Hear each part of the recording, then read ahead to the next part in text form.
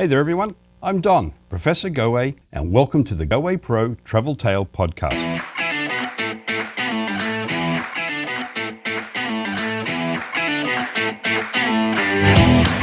Travel far and travel often. Let's go. Hello everyone, welcome to the Goway Pro Travel Tales Podcast. This is number, 4 or 5 in the year. We are recording this in February. I'm in our Toronto studio, and our guest today is our Director of Sales, Renee Stanton, and she is coming to us from, I'm going to hazard a guess, sunny Kelowna, Renee, because we were discussing last week the difference in weather. Beautiful day here today, yes. Yeah, it's not so much here. Toronto, for those who don't know, have been going through, I think it's up until yesterday, it was 3.5 weeks of below zero temperatures. So it's starting to get warmer, and Renee out in Kelowna was saying, it was up in the 7-8 degrees and sunshine and all this beautiful stuff. Now, having said that, also Renee would post on the weekends of her and her family going skiing at where Big White is your area of go-to, or which one? That's which it. one, or both for that matter? Big White, yes. Big White. So where is Big White compared to Kelowna?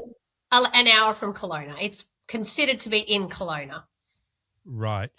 Right. So it's like the GTA or the GTQ, the greater Kelowna area. From where I live, 1 hour, 30 minutes if you're downtown. So not too far at all.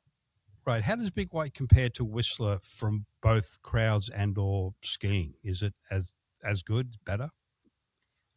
Someone who's lived in Whistler, I can tell you that it's not as big as terrain, but I prefer the snow and there's no crowds. So perfect.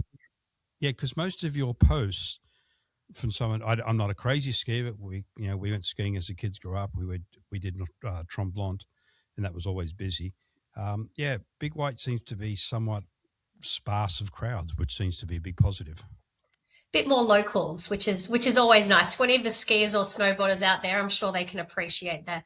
A wait of only 5 to 10 minutes on a powder day is pretty unusual in North America. Yeah, very much so. Okay, well, we're not here to promote skiing, though Goway can help you with that, nor Kelowna in particular, though we can help you with that as well. It's more, I just bring out one just as an introduction, but to the point of crowds, and that is something we're going to touch on today when Renee and I look at the ins and outs, the trends, the popular destinations for 2026. And one of the key aspects of that, which we will get to in a bit more detail as we get into it, is travelers, Globetrotters looking to get away from the crowds and the usual big sites, which are becoming more and more popular throughout the world. So, again, what we're going to look at is trends and things that you, our travel partners, should be aware of, if you're not already, of what to look at for 2026. So what I wouldn't mind doing, first of all, is we're going to get into different types of travel, which are proving popular and maybe not so popular anymore.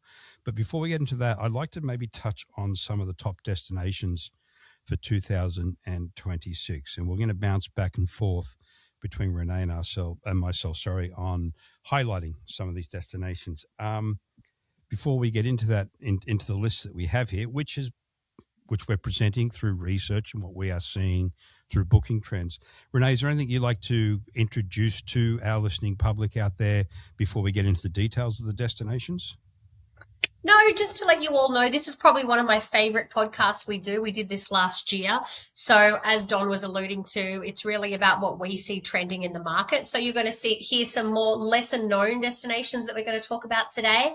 Our top destinations still are the very popular ones, countries, Italy, Australia, New Zealand, Greece, South Africa. However, today we want to go a little bit more into those more hidden gems that we're starting to see people to travel to. Yeah, and it's just not just our opinion, being myself and Renee. It's also we've asked and had input from our VP of our respective departments, which Goway does all 7 continents. So we're coming to you, or this information is coming to you from the entire globe. But more importantly, not to lessen our VPs, of course, but more importantly, input from our destination specialists who are seeing and dealing with our travel partners and in turn the travel public on an everyday basis of what they're seeing has been trending as we left 2025, moving into 2026. And something that's worth, I think, pointing out, as we're North American based company, 99% probably of our business is US and Canada, that with all the political uncertainty, for want of a better term, that we've all experienced over the last sort of year and a bit, 2 years, that travel is still maintaining itself in that people are not being put off traveling to anywhere in the world. Would you support that statement, Renee? Absolutely, Don. In fact, we had a record-breaking year in 2025, and January was a record-breaking month for us as well. And I think you'll hear that throughout our podcast, just some of the ways that people are traveling now. That might differ a little bit to maybe how they were 5 years ago, but it's definitely not turning anyone off travel. I think COVID taught us all that we just have to get out there and do everything while we can. Yeah. And again, we are still seeing, while there are downward trends in travel into the United States from around the world, we're seeing a Goway that people are still looking to travel into the US itself as well, which is a positive thing, because geopolitics aside, travel's what it's all about. Getting out there and experience the world, no matter where that may be, is important to us here at Goway, naturally important to our travel clients out there. So let's get into some of the meat and potatoes, as we'd say in Australia, the nitty gritty in respect to the destinations in question. So I'll start. One thing we're seeing and has remained popular coming out of COVID and over the last couple of years has been Japan, but in particular Kyushu, which is southern part of Japan, because what you'll also, I think you'll hear in our conversation with between us today, Renee and myself, is that a lot of people are looking for new destinations within the expected destination. So Japan, the Golden Triangle, Kyoto, Tokyo, etc., or Osaka are the most popular sort of first-time adventures into Japan. But Kyushu in the south is proving very, very popular because, again, it's less touristed. It's something new, but it still offers all the highlights of what someone would expect from Japan. And we have a very good, I think it's a webinar on that in our on our YouTube channel for the details. We're not going to dump into all the details today due to time, but that's our first one, Kyushu, Japan.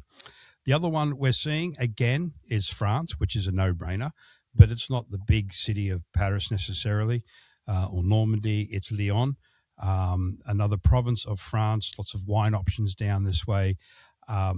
So that's proving to be popular again for people looking to get away from the hustle and bustle and the big crowds. Now, in Europe in particular, many things, because of their popularity, can now not be booked a long time in advance. So tickets to the Eiffel Tower, entrances to the Louvre Museum, etc., they all need to be booked or confirmed. I should say you can book it as far ahead as you want, but to get the tickets, they're only confirmed sometimes, Renee, I believe, a week out, 2 weeks out, maybe a month out if you're lucky. Is that right for a lot of the sites in Europe now?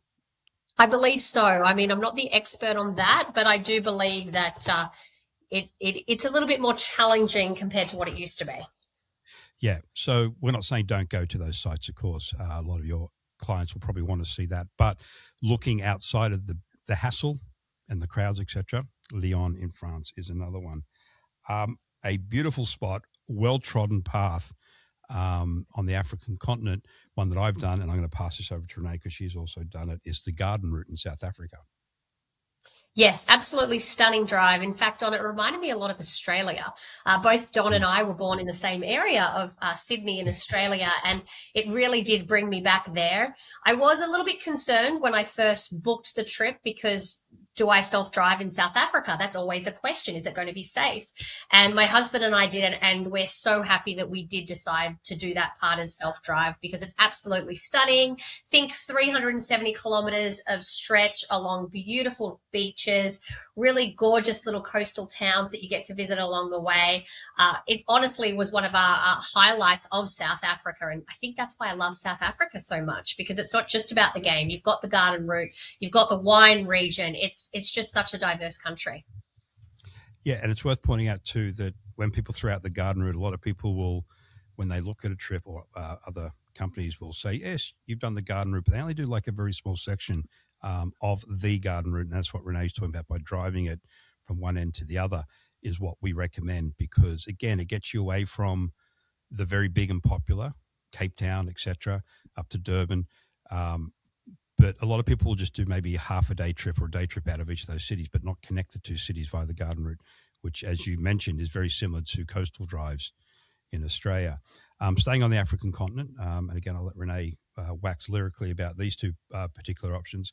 Not surprising, and these destinations or areas of a country have remained popular probably since before Christ, and that would be Alexandria, excuse me, and Giza with the pyramids in Egypt, Cairo. I was fortunate enough last year to go to Egypt, and we went there in January or February, perhaps, of last year.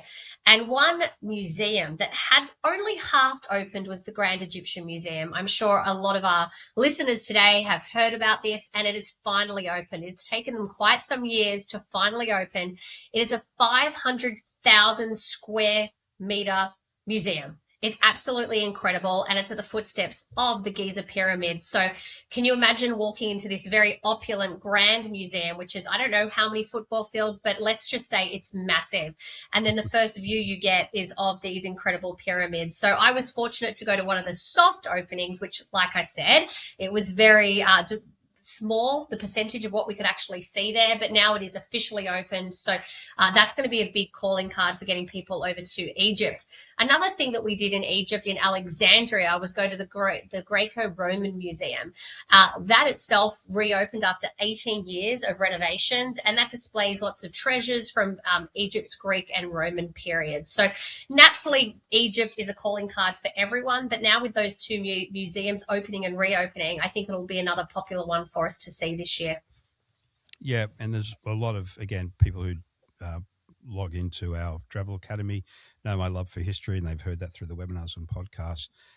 Egypt itself and around Cairo and further south down to the Valley of the Kings, obviously famous for its Egyptian history, but also, as you mentioned, the Greco-Roman Museum in Alexandria, and the name itself, Alexandria, is named after the Macedonian king.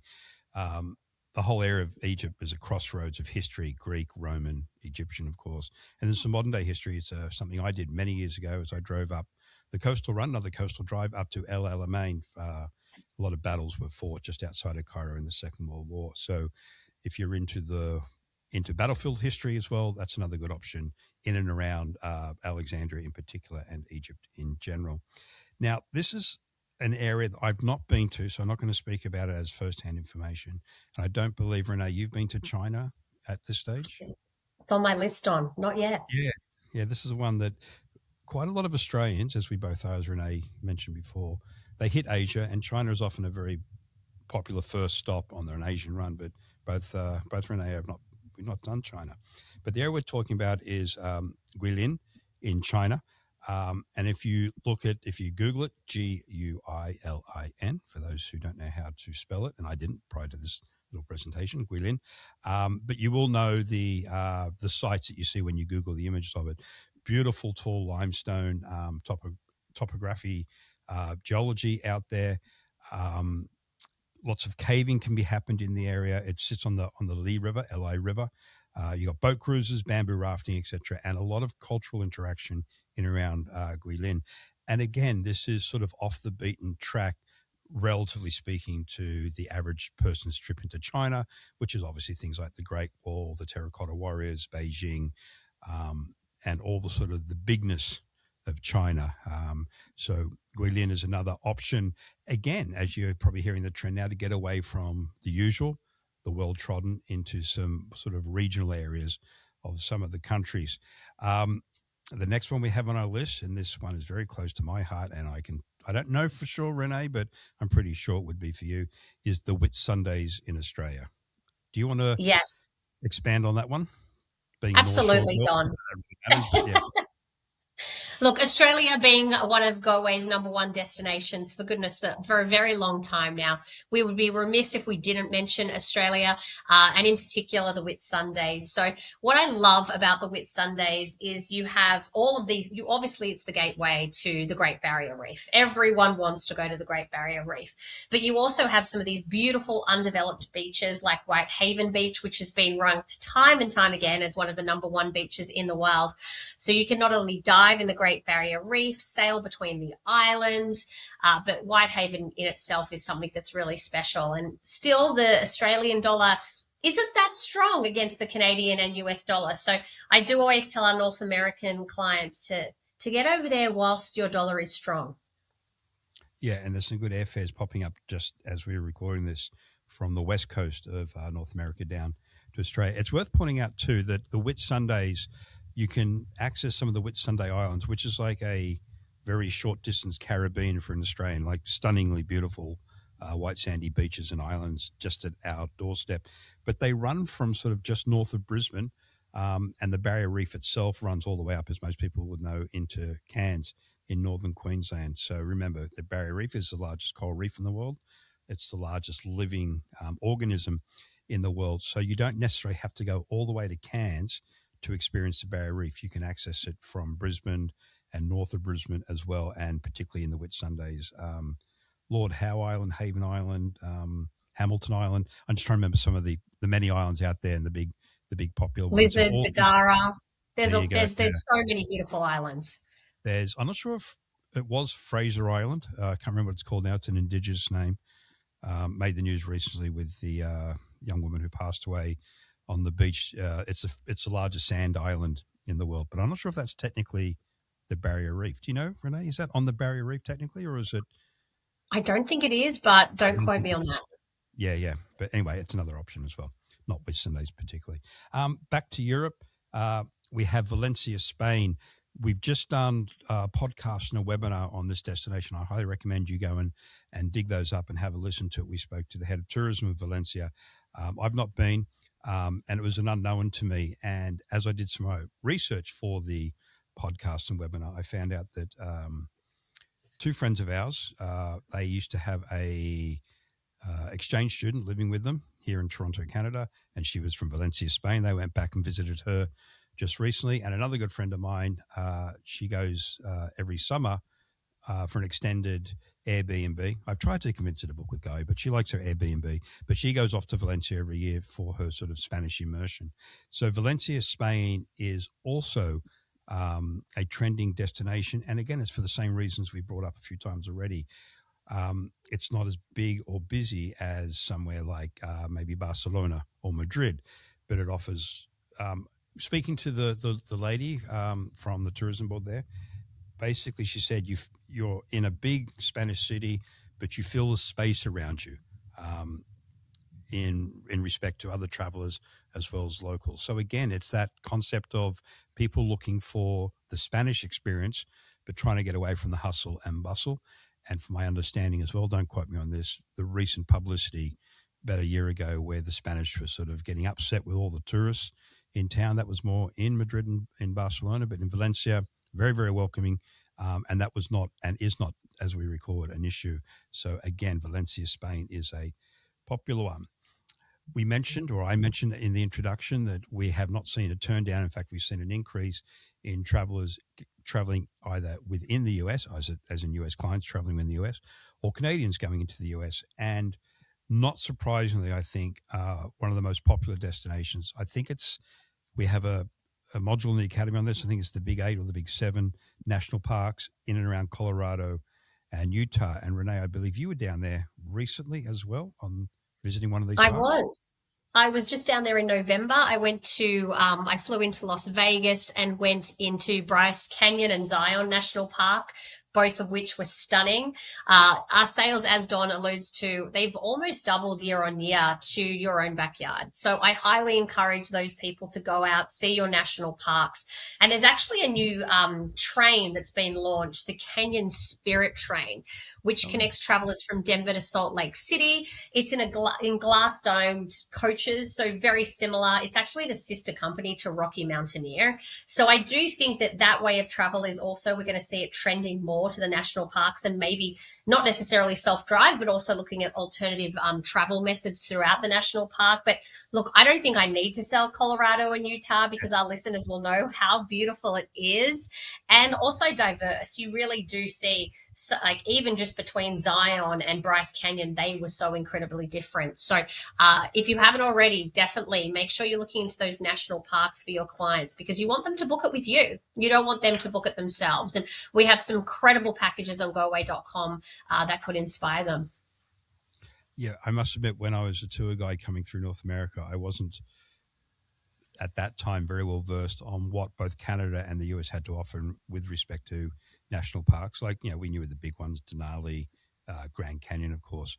But it was, to me at the time, it was all these other ones that I hadn't heard of, the Bryce, the Zion, Arches, etc., which I know are very, very famous within North America. But I was absolutely blown away by the diversity, as you mentioned, Renee, of the different parks, not that far apart from each other many of the time as well, but they were so different, offered so many different experiences within there.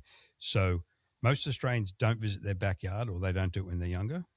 We being Renee and I, look at us both. We're both in Canada at the moment, married to Canadians. So Aussies tend to go to the world before they look at their backyard. More and more Americans and Canadians will explore their backyard, but still, I know there are a lot of people out there who haven't done that, and they should. Definitely Colorado, Utah, but also look at East Coast Canada, West Coast Canada, and probably one of my favorite spots in the world, which I'm seeing more and more as I sit near a lot of our destination specialists. Alaska is another one which is starting to really ramp up for Goway as well, and not just the cruisers, actually getting in there and exploring the outback, as we would say, of Alaska. A couple more. These ones are very personal to me, or one more so than the other, but we have Tromsø in Norway. I'd always wanted to go to the Scandinavian countries, and I was lucky enough to do that with Goway when we opened up this part of Europe many years ago. And Norway was everything I thought it would be. It is, if you like the outdoors. So we're just talking about the big national parks in the US. So just think of it, an extension of that in Norway, a bit colder at times. But the scenery around Tromsø and in Norway in general is amazing. So that's, again, a lot of people will hit Bergen, they'll hit Oslo, they'll do all the big sites. But Tromsø further north is a little away from where most other people will travel, and it offers all those big sites and experiences that you can expect on a Norway visit. And the other one, which I have been on my soapbox for years promoting, which I don't know why more people don't go there, particularly the more adventurous, is the Pantanal in Brazil. It's a big wetlands area right in the heart of the South American continent. We're just about to release a podcast on Northern Pantanal with two of our staff who went down there last year, and we are about to put together a webinar on the area with the tourism board of the area of the Pantanal. Now, it's a wetland area, so if anyone's been to or sold Botswana and the Okabanga Delta, think of that with a Latin spiel. The big attraction is its remoteness, for one. A lot of the Amazon rivers feed the Pantanal, but the biggest highlight, I think, for a lot of people is jaguars. You're almost guaranteed, against Mother Nature, nothing is 100% for sure, but you can see jaguar almost on any trip if you go in the right seasons, of course. And when you listen to our podcast with Brian and Susanna, who went down there last year, they saw the jaguar in abundance. And Brian's photography, which we added to some of the podcasts, the recorded version of it, the video version of it, is amazing. And he just had his iPhone, no big cameras down there. So the Pantanal is a great addition to any trip into Brazil. And again, it's something new and different from the usual Brazilian trip. So they're our top. I didn't count. 1, 2, 3, 4, 5, 6, 7, 8. Oh, look at that. 10. Right on. Top 10 trending destinations that we have seen coming and we perceive going into 26 and beyond. Renee, anything else you'd like to add to that before we may get into some of the travel styles that people are looking for now? No, I think we covered them off well. I mean, you and I could talk about destinations forever. Yeah, and we are trying to not do that, talk forever about it all. But, if you do have any more particular questions, I did mention a lot of these spots we've already have or will have podcasts and or webinars coming up for details. But of course, you can call your Goway destination specialist should you get an inquiry from one of your clients for more details on any of these destinations. And as I said, we do all 7 continents, so anywhere else in the world that you may be asked for. So they're the destinations. But I think, Renee, what you and I would concede is destinations aside, a lot of people are looking at ways in which to go to a certain country. It's not what it used to be. And as the title of our podcast is The Ins and Outs, let's talk about some of the ins and outs of type of travel. So we've got in is stress-free travel, which I think has been historically what people want. You don't go on holiday to be stressed out. And out is being overly concerned about safety. And I say overly concerned is that you should always be concerned when you travel anywhere of your personal safety and don't walk into situations. But you just don't want to have to be worrying about petty stuff all the time. As the in suggests, you want stress-free travel. Renee, you want to expand on that in any form? Yeah, it was actually interesting. A study was done recently, and they found that the number one concern for travelers in 2025 actually was safety, because there is being a lot that has happened around the world in the last couple of years.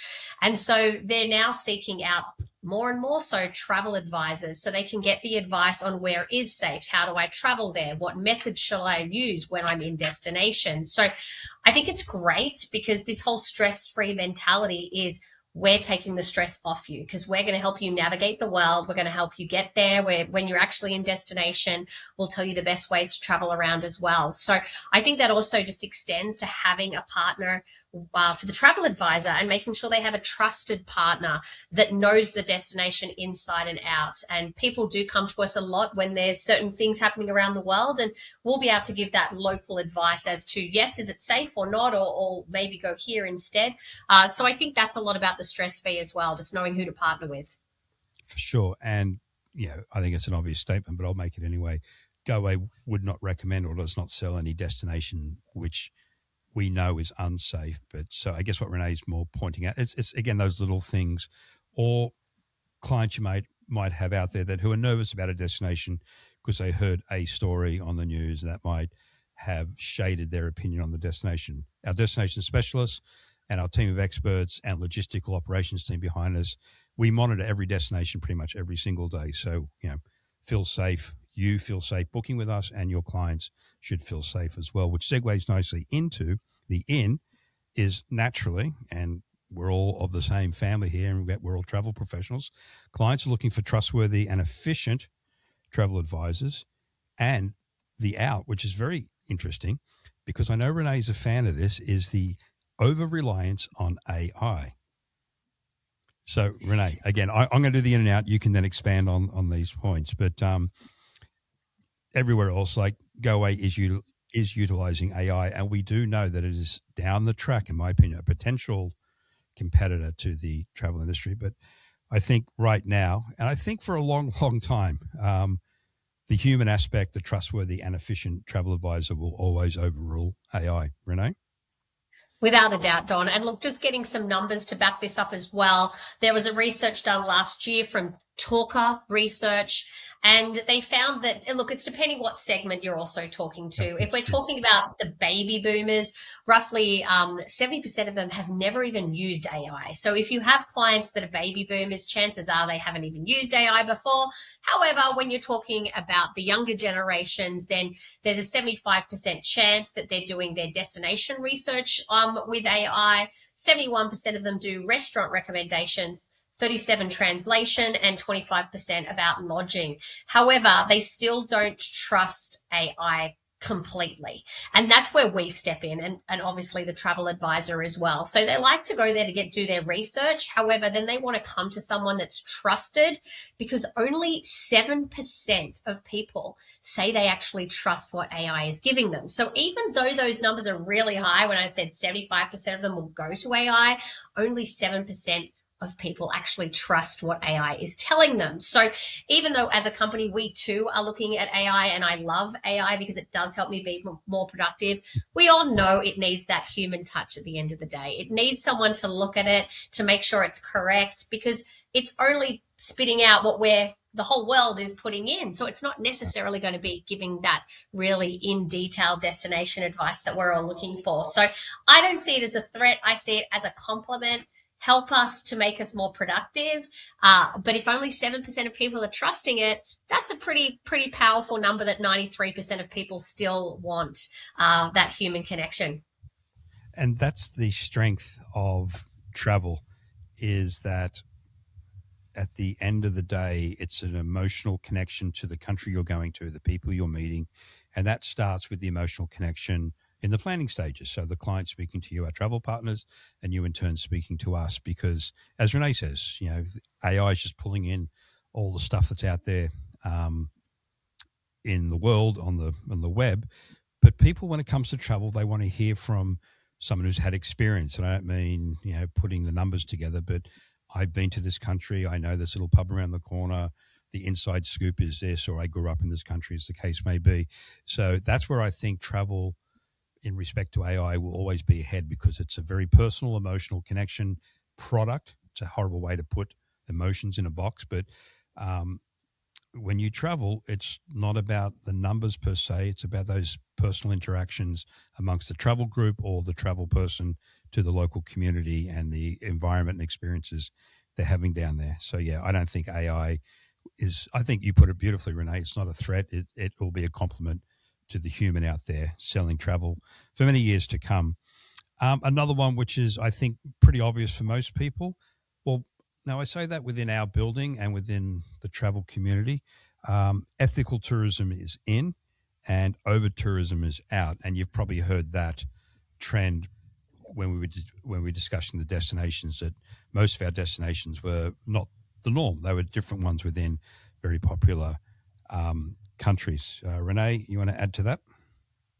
Look, Don, I think we've spoken about this a lot about the over tourism side, but another thing that we did find interesting, that there was another study, because naturally we like to back everything up with figures, that the CAGR rate, which is basically travelers looking at prioritizing ethnical trips over the next, and also trips that have don't have a negative impact on local communities, and how we can benefit a local community. So when we travel into destination, are we going and assisting companies that are actually bring that money back to North America, or is that money actually staying locally? And that's something that Goway really prioritizes when we're putting together our itineraries.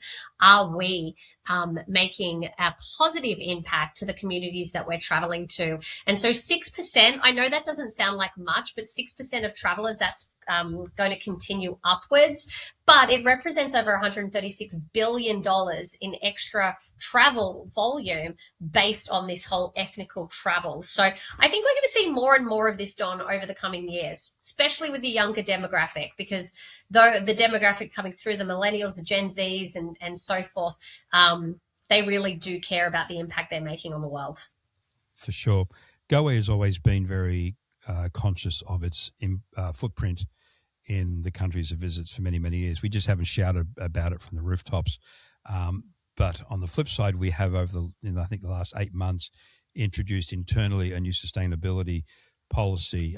As the company continues to grow, we need to be even more conscious about it and bring in some, I don't want to say stricter guidelines, but known guidelines within the building on how we operate. So that's a new incentive that you'll hopefully start seeing more of within the DNA of Goway as we move forward into the next generation of travelers. Now, this is another very important one for a whole lot of different reasons. And again, we have a podcast coming up about this one for more details. Is solo women and ancestral travel. And out is a sort of, the terminology is more ordinary travel. But the point is, Goway has introduced a whole range of solo travel in general, but particularly solo travel for women. Renee, as you're a woman and a female, do you want to expand on that one? Absolutely, Don. Something that's very passionate.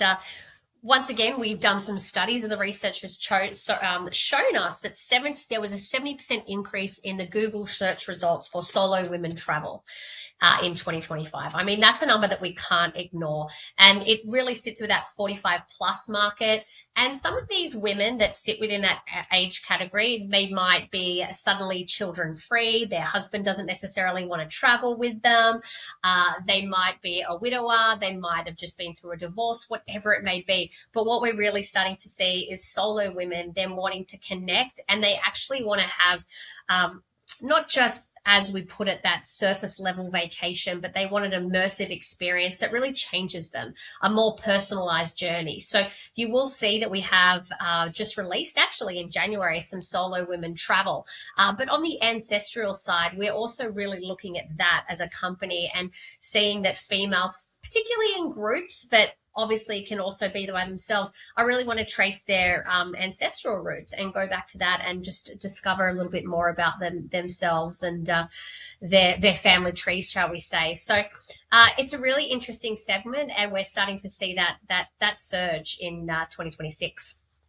And there's also been, I've noticed too, speaking to some of our VPs and commercial managers too, on the female side of it, that a lot of travelers in general, but again, particularly female travelers, solo or groups, are requesting female guides in the countries they're visiting, particularly in regions where maybe female liberation isn't as forward thinking as other countries. So we also did a fantastic, again, I can't remember the name of the lady I spoke to, beautiful podcast with a woman who runs female empowerment programs in South Africa, trains them, gets them the basic stuff of health, schooling, and then higher level learning for a professional career, but particularly in the field of tourism. So training young females to be wilderness guides and safari guides in South Africa. So I recommend you look at that podcast as a perfect example of how the partners that Goway works with are very conscious of that, and then how Goway has now embraced that very much. And as Renee said, with a whole product line of solo travel in general, but particularly solo female travel. And on the ancestral side, we didn't bring this up as a destination that's very popular, but it ties in well with what Renee just said, is Goway has seen a lot of success with the African-American community out of the US with groups to Ghana, tracing their heritage and their ancestry there. So that is another trending destination for one, for groups, and two, for ancestral travel, Ghana in West Africa. This is another interesting one, which I wasn't sort of aware of. I know that, Renee, most travelers these days that Goway deals with, for the most part, we sell 3 to 5 star. We sell the whole gamut, but on average, we're selling the 4 to 5 on average. But a lot of people are in for indulging in luxury now, and the out aspect of this is not saving first and traveling later, i.e. saving up your money now to enjoy a luxurious vacation down the track. It's doing it now while you can.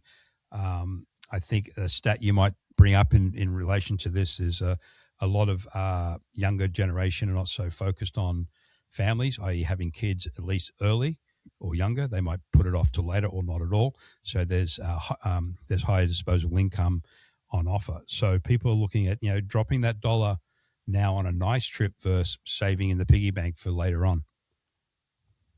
That's right. My husband hates this one because I certainly am true to this.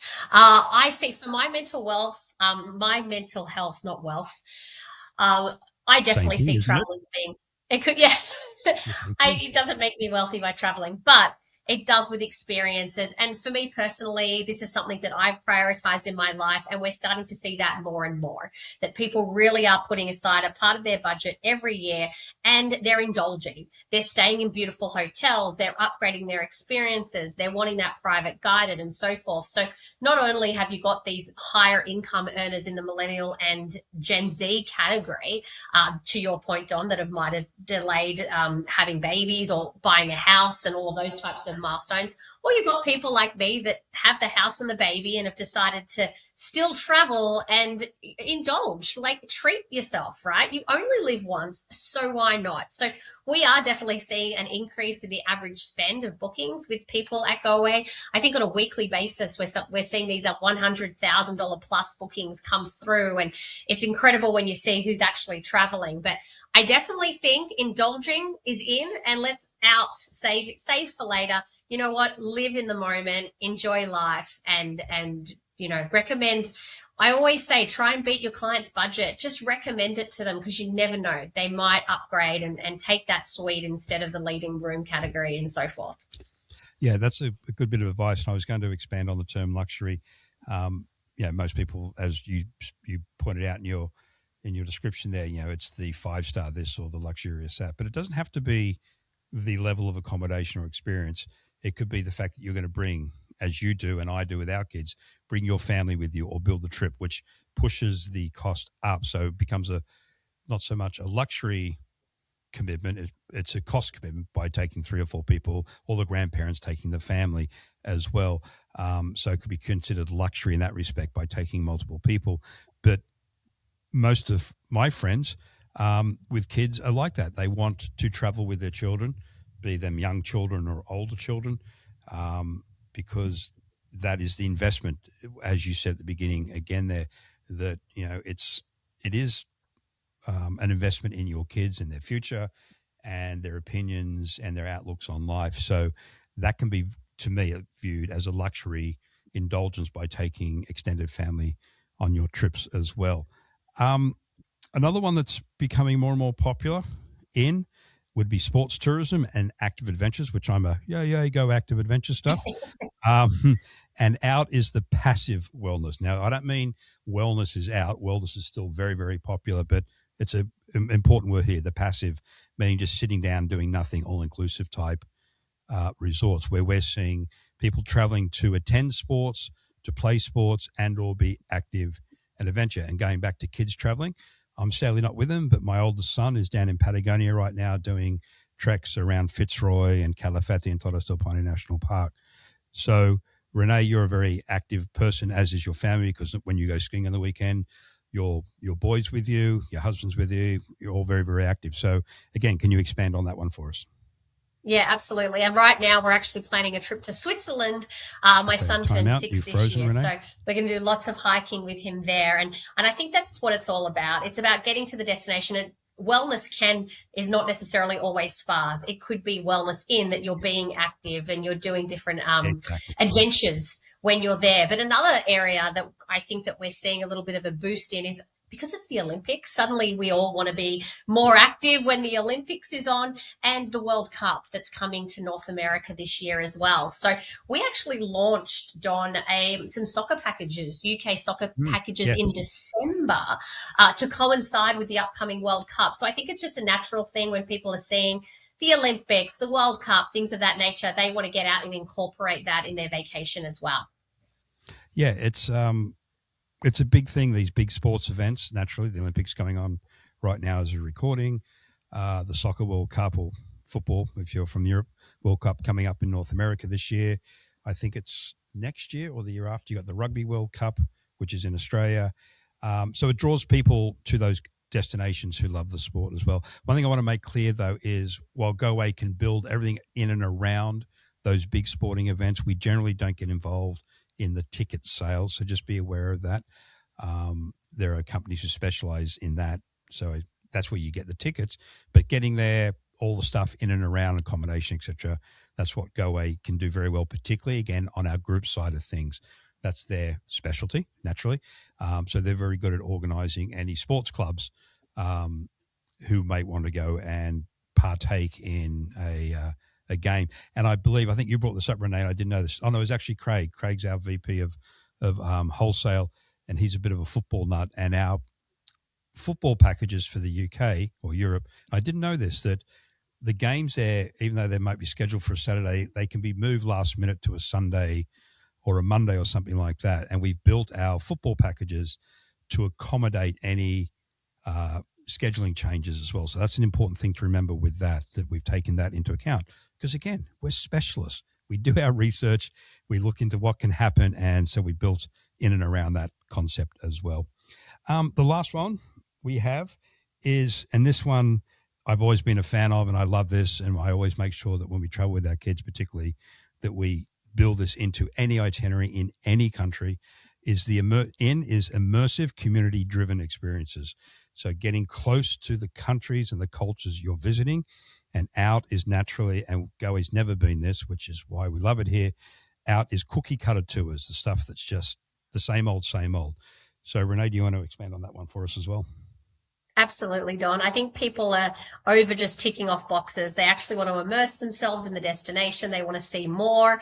They want to linger longer. That's what we're absolutely seeing. But another thing that we have seen are people are building trips around the ranking of the global happiness index, the Oh, GHI. really? Okay. So they're wanting to travel to those countries that have those higher scores of people that are happy, because in those types of destinations, they find the culture to prioritize warmth, community, connection, and areas that we're typically seeing increase are the Nordic regions. I know you've been to many, Don, yourself, and we're starting to see those types of countries in the Nordics increase. And places like New Zealand, we're starting to see, Australia, these countries all rank really highly on the Global Happiness Index. So that could be a little hint for you as a travel advisor to take a look at that index, because maybe that could be a good way to sway your clients or see what's next coming up as a trend. Yeah, it's interesting you bring that up, but also the cultural aspect of it, because as you were mentioning Australia from the happiness index, and yeah, of course, Australia's wonderful, best country in the world. We're both biased, of course. But I did a podcast with the South Australian Tourism Board recently, and it was discussed there the increasing demand in Indigenous experiences, Aboriginal experiences in South Australia, which you can do. A lot of people think immediately of Queensland and the Northern Territory, but there are experiences throughout Australia because the Aboriginal peoples occupy the entire east, west, north, south, and Tasmania Island. And what they said, one is the demand for those experiences, cultural interactions, but also the demand for the people that they learn from, like the guides being of Indigenous heritage as well. So it's not just, again, the cookie cutter thing, it's actual Indigenous populations teaching you about the way they do live and the way they lived in the past. So that's a very big thing for Australia. And I want to give a shout out again. You got to listen to our podcast. We have some really good ones out there. I did one. It hasn't been released yet, this one, Mongolia. And I was discussing it with our Terrell, our operator there. And most people will be aware if they go to Mongolia that you would go out and probably do a day tour, a day trip, if not an overnight, and stay in a yurt with a Indigenous Mongolian. And there's a whole lot of stats and figures that I think 80% of Mongolia is still living an Indigenous lifestyle. It's quite fascinating. But what I learnt about it too, within Mongolia, you have what you would generalize as traditional Mongolians. Then you have the eagle hunters who live on the far west of Mongolia on the border with Kazakhstan. And then you have to the north on the border with Russia, the reindeer people. And I asked Terrell about it. If I went to see all three different peoples, would it be a similar experience? He said, no, it'd be completely different. Within Mongolia, those three indigenous groups are completely different languages, different ways of life. So if you're looking for an off the beaten track, Mongolia, but more and more people, again, that's just an extreme example of how people are looking for that difference in travel and that cultural interaction, wanting to really see how people do live now and or did live in the past. And we have so many opportunities for that around the world, from Australia to Mongolia to the Andes to African continent to even Europe itself. We did one in, I can't remember, one of the eastern countries, Bulgaria maybe. We did a homestay for a day, and that was fascinating in itself, completely different for a whole lot of different reasons. So there are ins and outs for 26, our top 10 trending destinations, and we threw in a few extra ones there for good measure, like Ghana. Renee, anything else you'd like to leave our audience with in respect to what's coming? Well, again, we covered pretty much the trends as we see them here at Goway. Anything else you want to add about the upcoming year 26 that people should be aware of? Look, I think it's going to be a really strong year for all of us. If we can just take January aside, like I said, Goway had a record-breaking year. So just continue to educate yourself, because education is power.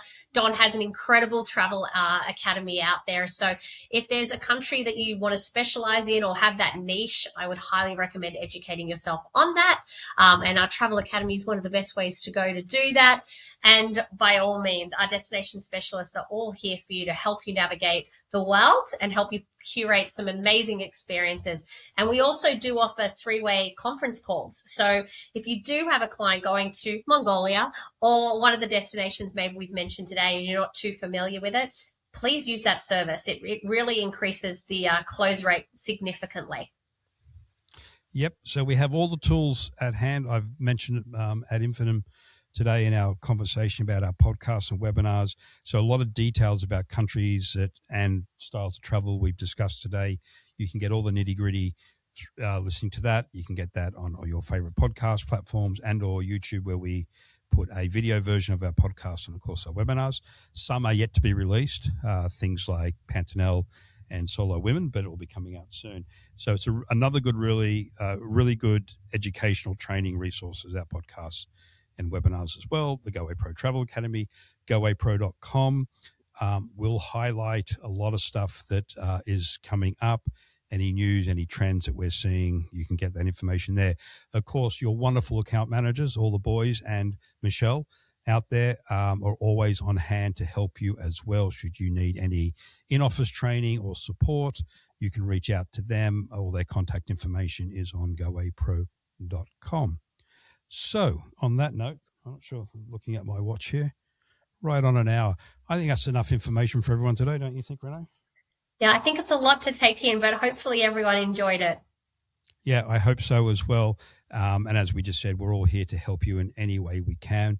And at the end of the day, your destination specialists are your go-to person to give you all the assistance you need in creating that customized bespoke itinerary. And again, don't forget our groups department, who are also there to help you customize that perfect group for your sports event, for your family, for your large group or small group, as the case may be.